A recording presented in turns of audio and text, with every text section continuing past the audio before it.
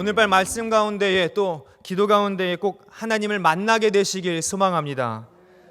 아멘이라고 대답하셨는데요. 그렇다면 하나님을 만난다는 말이 정확히 무엇을 의미하는지 혹시 설명해 주실 분 계십니까? 우리 안에 어렴풋이 무엇을 의미하는지 이해는 되지만 확실히 말로 설명하기 어려운 부분들이 있습니다. 예를 들면 이제 오늘처럼 하나님을 만난다는 말 또는 은혜 받는다라는 말들이 있죠. 무슨 뜻인지는 압니다. 그 왜 그냥 은혜 받는 거, 기도할 때 이런 느낌이 드는 거, 그 왜 있잖아 그 예배 중에 그런 느낌. 그 표현으로 모든 설명이 다 되지만 막상 안 믿는 사람들한테는 그냥 그런 게 있으니까 나중에 와봐 그러고 넘어가는 그런 표현들이 있죠. 오늘 우리가 함께 읽을 말씀은 룻기입니다. 룻기 1장 15절부터 18절까지의 말씀인데요.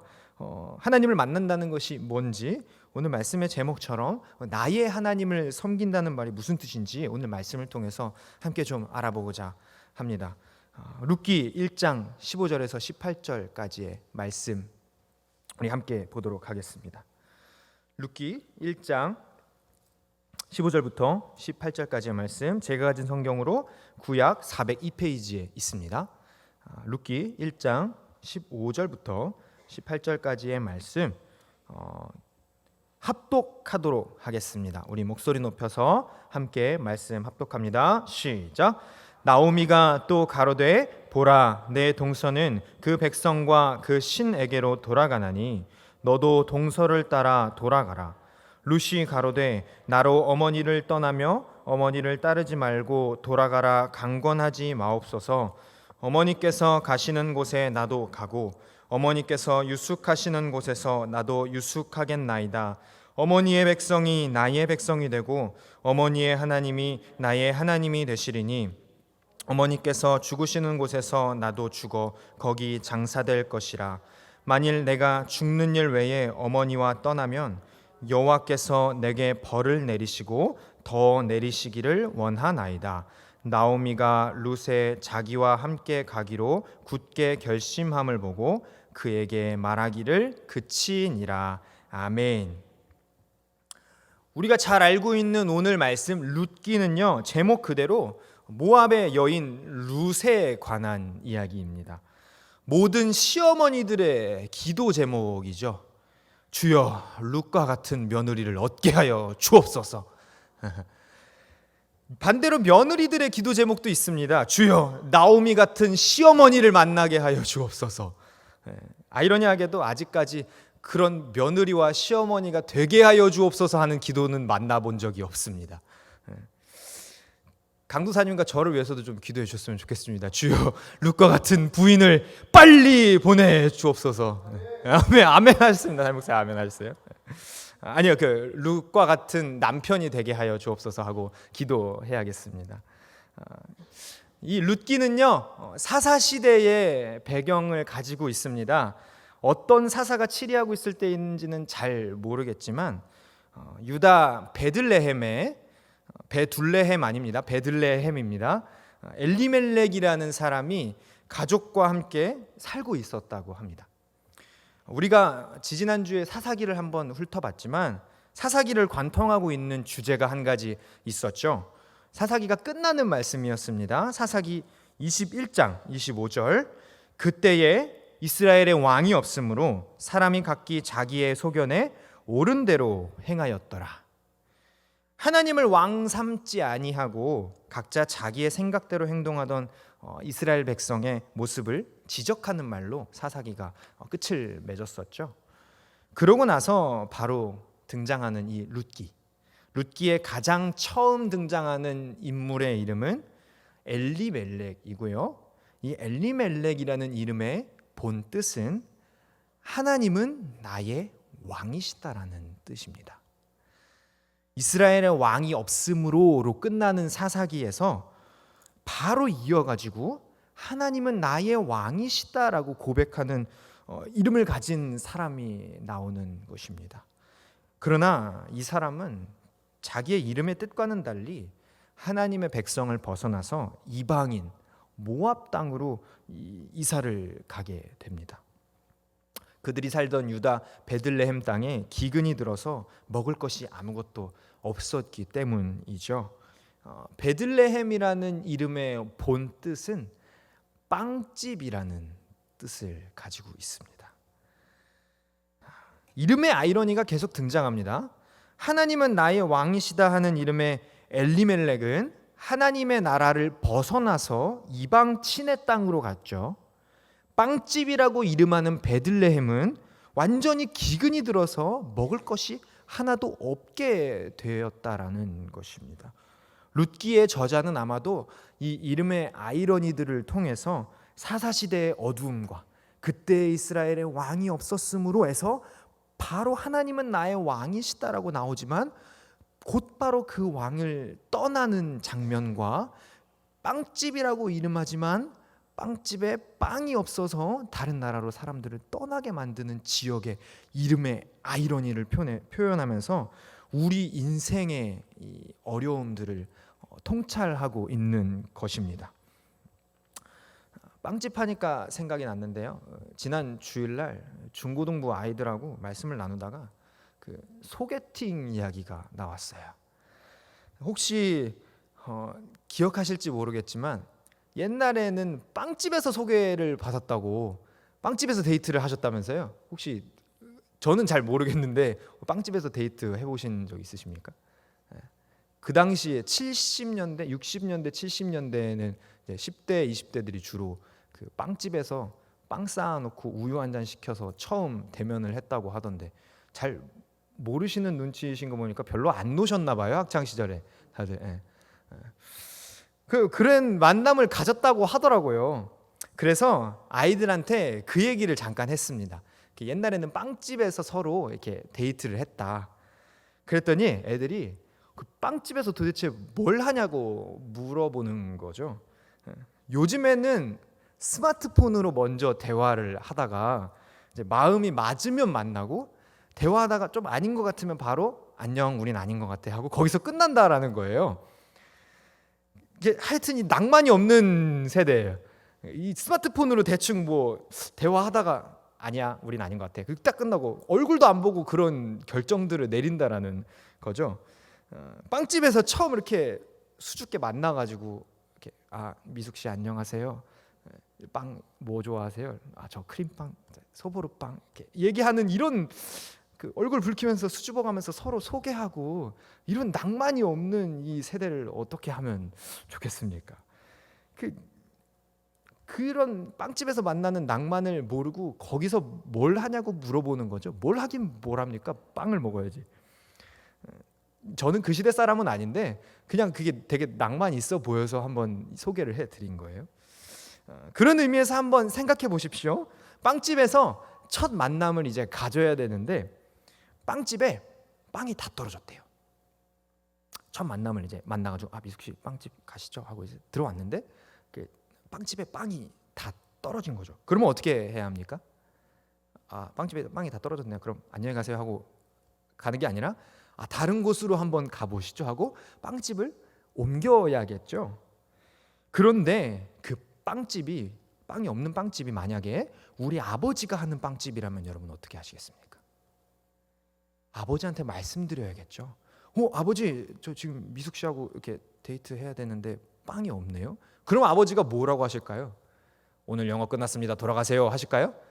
아니죠. 그래 조금만 기다려라. 금방 만들어 줄게. 미숙 씨랑 처음 만나는데 빵이 없어서야 되겠냐? 내가 만들어 줄 테니까 조금만 앉아서 기다리고 있어. 이렇게 말씀을 하시겠죠.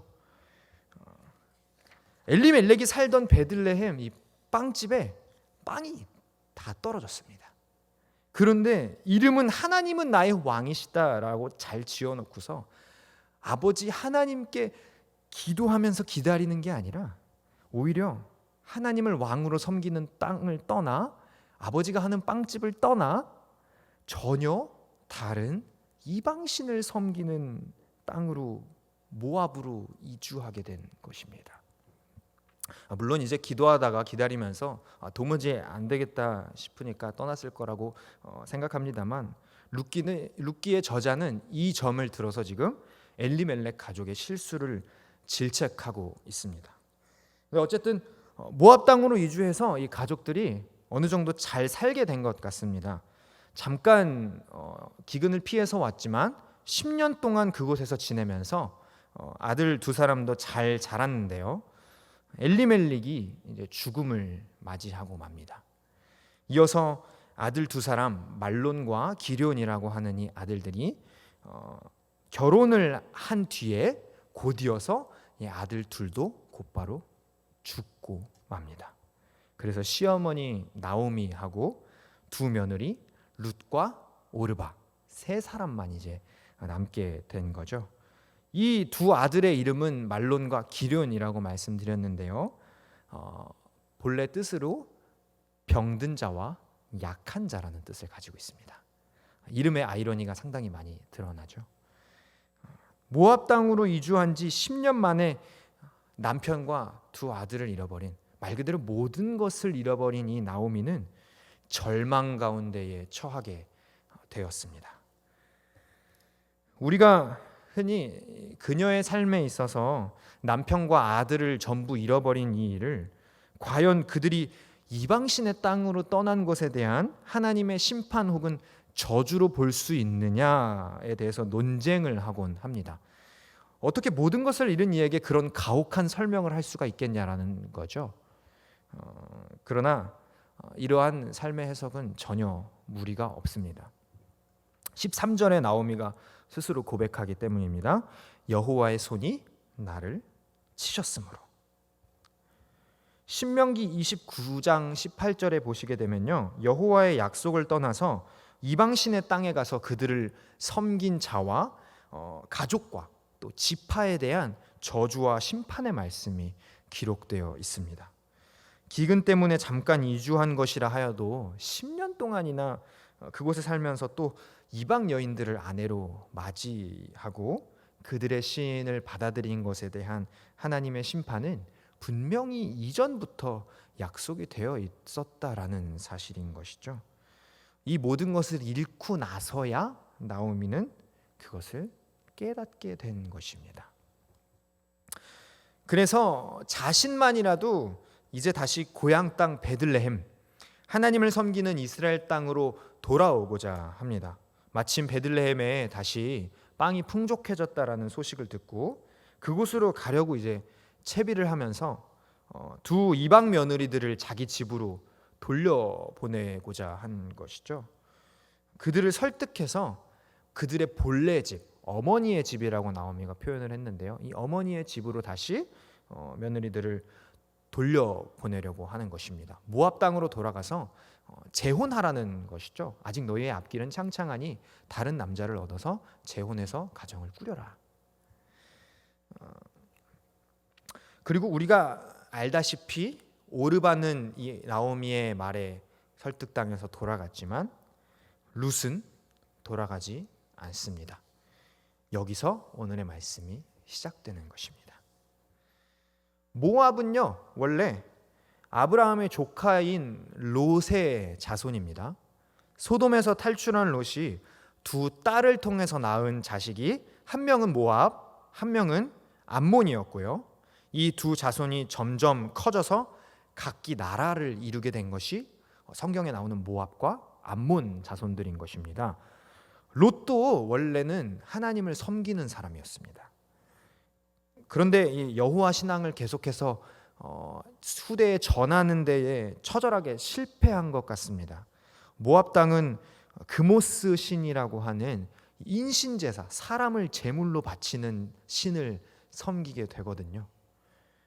오늘날에야 문명사회 또는 과학사회라고 해서 스스로 자신의 종교를 선택하고 또 믿고 싶지 않으면 안 믿는 민주사회라고 이야기를 하지만요, 이 당시 고대 근동의 사회는 그렇지 않았습니다. 각 땅, 각 나라마다 그 땅을 통치하는 신들이 있었어요. 그래서 나라와 나라가 전쟁을 하게 되면 자기의 나라가 섬기고 있는 그 땅을 통치하고 있는 신들끼리의 전쟁으로 보았습니다. 이 신이 더 세냐 저 신이 더 세냐는 이제 전쟁의 승패로 결정이 나게 되는 것이죠. 그래서 하나님은 율법에서 이 이스라엘 백성들이 이방 땅이랑 교류하는 것을 엄격하게 금지하십니다. 왜냐면요, 이방 땅과 교류한다라는 거, 이방 땅에 산다라는 건 결국 그 땅을 통치하고 있다고 믿는 신, 그 이방 신들하고 교류하는 것이거든요. 그 이방 신들의 통치 아래 들어가는 것이기 때문에 그렇습니다. 해당 신들이 실제로 존재하는지 아닌지에 대해서 논할 일은 아닌 것 같고, 당시에 이 보편적인 믿음이 그러했다는 것을 살펴본다면 오늘 룻의 고백은 우리가 다시 한번 생각해 볼 가치가 있습니다.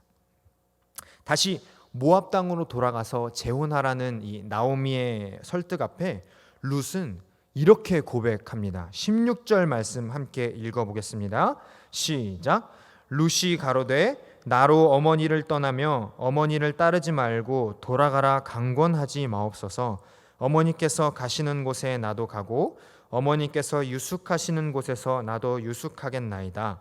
어머니의 백성이 나의 백성이 되고 어머니의 하나님이 나의 하나님이 되시리니. 아멘.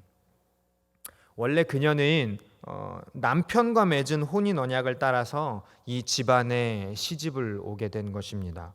그렇기에 남편이 죽은 지금 그녀를 구속할 수 있는 언약은 남아있지 않습니다. 그럼에도 불구하고 그녀가 시어머니 나오미와 함께 유다 땅 베들레헴으로 돌아가겠다고 하는 이유는 무엇입니까? 룻의 고백에 집중하십시오. 어머니의 하나님이 나의 하나님이 되시리니. 이스라엘의 하나님 왕이신 여호와 하나님을 지금 이방 여인이 나의 하나님으로 섬기기 위해서 자기가 나고 자란 땅, 자기의 가족, 자기를 통치하던 그 그모스 신을 버리고 이제는 전혀 언약 구속이 없는, 구속될 것이 없는 시어머니를 따라서 하나님의 땅으로 옮겨가겠다라고 하는 것입니다. 사랑하는 사랑교회 성도 여러분, 저는 룻을 개인적으로 제2의 아브라함이라고 부르고 싶습니다. 창세기 12장 1절에서 하나님이 당시에 아브라함을 부르십니다. 너는 너의 본토 친척 아비 집을 떠나 내가 내게 보여줄 땅으로 가라. 그래서 그가 어떻게 했죠? 대대로 우상을 만들던 그의 가문과 우상 세공업자였던 자기 아버지 데라를 떠나서 완전히 하나님의 땅으로 이주하게 됩니다. 그 음성 하나 믿고 말이죠. 하나님이 그에게 모습을 보이시길 하셨습니까? 이적을 보여주시길 하셨습니까? 그의 자손들을 어떻게 그의 보는 대에 많게 하셨습니까? 하나도 없습니다. 그 말씀, 내가 내게 보여줄 땅으로 가라 하신 그 말씀 하나 믿고 가나안 땅으로 떠나게 된 것이죠. 오늘 룻은 어떻습니까? 대대로 그녀가 살아온 땅, 부모와 민족의 신인 그모스를 떠나서 하나님의 땅으로 이주합니다. 고대 이방 세계에서 자신이 태어난 땅의 신을 떠나는 것은 매우 위험한 일입니다. 그 신이 찾아와서 복수하면 어떻게 하려고요? 이주하여 섬기고자 하는 땅, 내가 이사가는 땅의 신이 만약에 더 약하면 이 신이 찾아와서 그 땅을 막 정복하고 자기를 죽이면 어떻게 해요? 한마디로 당시 아브람과 룻의 입장에선 목숨을 건 시도였던 것이죠. 그러나 그들은 기꺼이 자신의 집을 떠나서 하나님의 땅으로 이주합니다. 왜 그렇습니까? 여호와 하나님이 나의 하나님이 되셨기 때문입니다. 그렇습니다. 하나님을 나의 하나님으로 받아들인다는 것은 우리의 땅, 우리가 살던 집을 떠나 하나님의 땅, 하나님의 집으로 옮겨간다는 것을 의미합니다. 진짜 지금 살고 있는 집을 처분해서 이사를 가라는 얘기가 아니라요, 우리의 삶의 방향과 중심을 말하고 있는 것이죠. 히브리어 알파벳 중에 두 번째 알파벳을 베트라고 부릅니다. 디귿자를 상상해 보세요. 디귿자를 약간 거꾸로 뒤집어서, 옆으로 뒤집어서 둥근 모양을 가지고 있는 게 이 베트라고 하는 글자인데 글자가 집을 뜻합니다. 천장이 있고 그 다음에 벽이 있고 바닥이 있고 또 우리가 잘 아는 한자로 집 가자를 그려보십시오. 지붕이 있고 그 안에 사람들이 살고 있는 모습들을 그려놓은 게 집 가자죠. 문학적으로 집을 표현할 때 이런 표현을 사용하기도 합니다. 우리가 한 지붕 아래에 산다. 지붕. 왜 예로부터 집을 표현할 때 지붕이라는 표현을 사용했습니까? 집에는 왜 반드시 지붕이 있어야 하는 것입니까? 지붕이 있어야 비도 피하고 뜨거운 햇볕으로부터 그늘을 만들어서 몸을 보호할 수 있기 때문이죠. 그리고 또 지붕이 없으면 그 내부의 안전을 책임질 수 없기 때문입니다. 다시 말해서 집은 곧 나를 보호하는 수단, 지붕이 있는 곳입니다. 이게 반드시 있어야 안전한 장소가 되는 것이죠. 그런 집을 떠난다고 생각해 보십시오. 안전할 수 있겠습니까?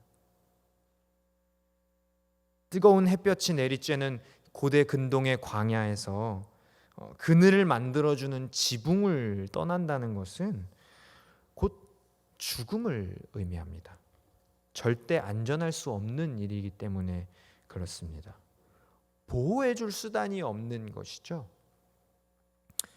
하나님을 나의 하나님으로 섬긴다는 것, 더 나아가 하나님을 만난다는 것은 이러한 위험을 감수한다는 것입니다. 곧 나의 죽음을 맞이한다는 것이죠. 완전한 죽음. 그동안 나를 보호해주던 지붕으로부터의 단절. 룻은 지금 그동안 자신이 편안함을 누려온 모든 것으로부터 하나님께로 떠나는 과정을 선택한 것입니다. 오늘 우리는 어떻습니까? 오늘 우리는 하나님을 나의 하나님으로 섬기고 있습니까? 하나님을 만나고 계십니까?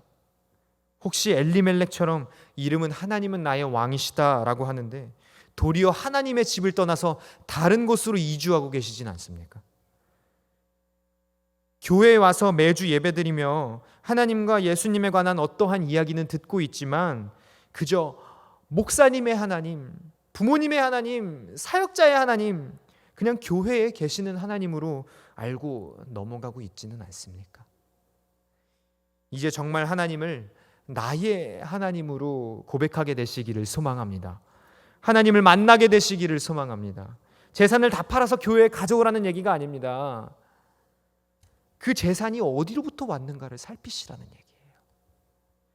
내가 무엇으로부터 안전함을 느끼는지, 무엇이 나를 평안하게 하는지 다시 한번 고민하시라는 촉구입니다. 그것이 재산입니까? 자식입니까? 부모입니까? 아니면 내가 정말 소중하게 여기는 무엇입니까? 오직 나의 하나님으로부터만 안전함을 느끼게 되시길 소망합니다. 하나님을 만난다는 것, 하나님을 나의 하나님으로 섬긴다라는 것은 나의 생명을 하나님께 맡기겠다라는 각오와도 같습니다. 성경의 인물들은 대부분 단절과 죽음의 스토리를 경험합니다. 아브라함은 본토 친척 아비집으로부터 단절되었죠. 이삭은 어린 시절 아버지로부터 단절되어서 죽음을 경험했죠. 야곱도 아버지 집으로부터 단절되고 떠나왔죠. 모세도 자신의 백성으로부터 단절되어서 하나님을 만난 후에 죽기를 각오하고 바로 앞에 섰죠. 이스라엘 백성은 공포의 땅 광야를 40년 동안이나 유랑했죠. 오늘 말씀의 룻은 오직 하나님을 섬기기 위해서 이방인으로서 모압 사람으로서 자신이 섬기던 신과 집안으로부터 죽음과 단절을 각오하고 유다 땅으로 쫓아왔습니다. 위대한 믿음의 여정 뒤에는 자기가 안전하다고 느꼈던 그곳으로부터 떠나는 각오가 반드시 있었습니다. 자, 이제 우리의 삶에서 각자가 떠나야 할 지붕은 어디입니까? 각오해야 할 믿음의 결단은 어디까지입니까? 당신의 하나님이 아닌 나의 하나님, 내가 섬기는 하나님을 만나기 위해서 말씀 앞에 결단할 그 마음의 자리를 발견하게 되시길 간절히 소망합니다. 이스라엘 백성이 광야에서 말씀을 신뢰함으로 죽기를 결단하고 훈련받을 때에 하나님은 그들을 내버려 두지 않으시고 구름 기둥과 불 기둥으로 그들을 이끄셨습니까? 오늘 우리가 하나님께로 떠나기를 주저하는 이유는 무엇입니까? 뭘 그렇게까지 믿느냐고 말하게 만드는 안전한 지붕이 있다면 그곳을 떠나서 죽은 것 같으나 도리어 우리를 참으로 살리시는 하나님의 지붕 아래에 거하시는 저와 여러분 다 되시길 간절히 소망합니다. 하나님을 만나고 그리스도의 십자가의 연합함으로 말미암아 나의 완전한 죽음을 경험하였다면 이제는 예수를 다시 살리신 것처럼 오직 우리를 부활케 하신 하나님을 삶의 주인으로 인정하게 되시길 소망합니다. 오늘 루세 고백은 그것입니다. 당신의 하나님이 나의 하나님이 되실 것입니다. 오늘 우리 시간 함께 기도하며 나아갔으면 좋겠습니다. 성경에서 말하는 이 당신의 하나님, 구약은 여러 군데에서 하나님을 당신의 하나님으로 표현합니다. 왜냐하면 중개자, 하나님과 이스라엘 백성 사이의 중개자인 제사장과 선지자들이 있었기 때문에 그렇습니다. 그러나 오늘 우리의 상황과는 다릅니다. 오늘 우리에게는 하나님께서 직접 하나님과 우리 사이의 중보자가 되셨습니다. 그게 누구이십니까? 예수 그리스도입니다. 오직 유일한 우리와 하나님 사이의 중보자 예수님을 통해 나의 하나님을 만나게 되시길 소망합니다.